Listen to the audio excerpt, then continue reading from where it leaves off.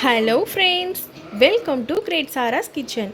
இன்றைக்கி நம்ம சேனலில் நண்டு குழம்பு எப்படி செய்யலான்னு பார்க்கலாம். ஒரு 3 மீடியம் சைஸ் வெங்காயம் பொடியாக கட் பண்ணி தனியாக எடுத்து வச்சுக்கோங்க. 2 தக்காளி கட் பண்ணி வச்சுக்கோங்க.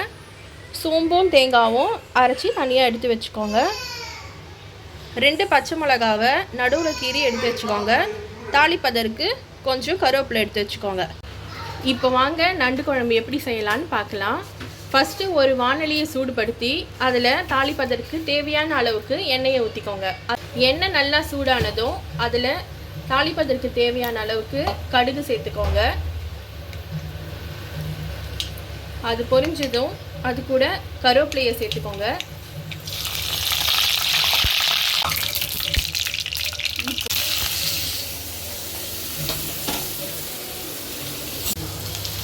வெங்காயம் நல்லா இந்த மாதிரி அடிக்கடி கலந்து விட்டுக்கோங்க.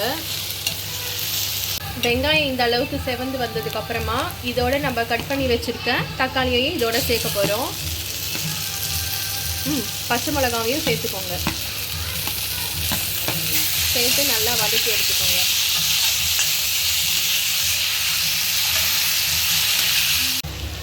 தக்காளி நல்லா வதங்கிடுச்சு. இப்போ நம்ம இதோட மிளகாத்தூள் சேர்க்க போகிறோம். வீட்டிலேயே அரைச்ச மிளகாத்தூள் ஒரு 3 டேபிள் ஸ்பூன் சேர்த்துக்கோங்க. சேர்த்து நல்லா கலந்து விட்டுக்கோங்க. ஒரு 1/4 டீஸ்பூன் மஞ்சள்தூள் சேர்த்துக்கோங்க.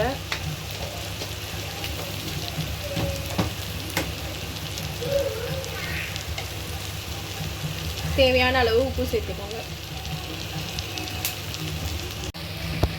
மிளகாய்த்தூள் ஓரளவு வதங்கி வந்ததுக்கப்புறமா அதோட நம்ம கழுவி வச்ச நண்டுகளை சேர்த்துக்கோங்க.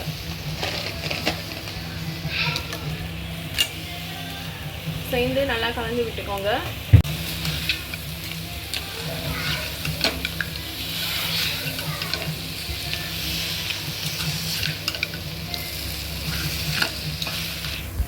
தேவையான அளவு தண்ணி ஊற்றிக்கோங்க.